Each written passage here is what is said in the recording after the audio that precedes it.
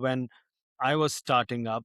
Getting into an advertising agency was my life's goal. The coolest thing I could do was to get into an advertising agency. You talk to young people now, not sure how many would think that now, right? As a leader, how do you still sell that dream of this industry to the next generation? I think we need to be very clear about the definition of an advertising agency. And we need to be very clear about the rigid models that were existing in the early 2000s when I joined are going to be different to the models that exist nowadays, right? For me, like, the importance is, how do you attract the best talent, right? And yes, they can be employed and salaried and work for you. Or you need to understand, a lot of these kids are going to have side hustles and side hustles and side hustles. So you just need to be a bit flexible and go, how can we find a way to partner with them to work on X, Y, or Z projects with us? Now, if you make those projects fun, if you pay them fairly, if you give them creative freedom, if you give them the chance to actually make something, right? The chances are they're going to want to work with you again. If you bring them in and you say, do this and do that in this way, because that's how we've always done it, you'll never see them again, right?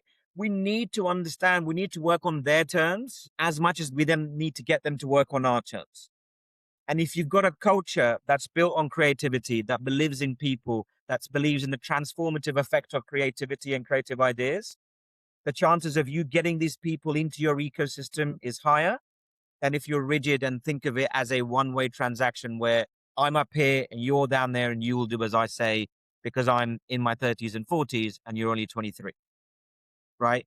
My job is to create that culture that will get a top 1% creator to join us. In what shape or form, I don't know yet. But if we can get Speed, if we can get Amelia Dimoldenberg, if we can get people like that working with us, that would be amazing, right? Our job as kind of Vice, as the brand group, as Virtue, is to be so interesting that we get to work with Kendrick Lamar. We get to work with Ariana Grande. We get to work with LeBron James, right? Or we get to work with GoHanger or YouTube or Netflix, or we create stuff for those channels and platforms.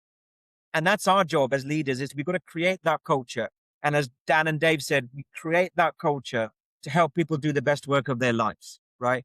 And I'm telling you now, if we can help people make stuff, it's a really, really big kind of advantage that you're going to have as a creative company. Is I am not going to take your time for granted. I'm not going to take your IP for granted, because if you don't, in the same time you develop a campaign, they can put out 30 videos. Yeah, that's right. So you just got to think about what an agency looks like very, very differently to what it did 10, 15, 20 years ago, or even 5 years ago. Yeah, exactly. Yeah.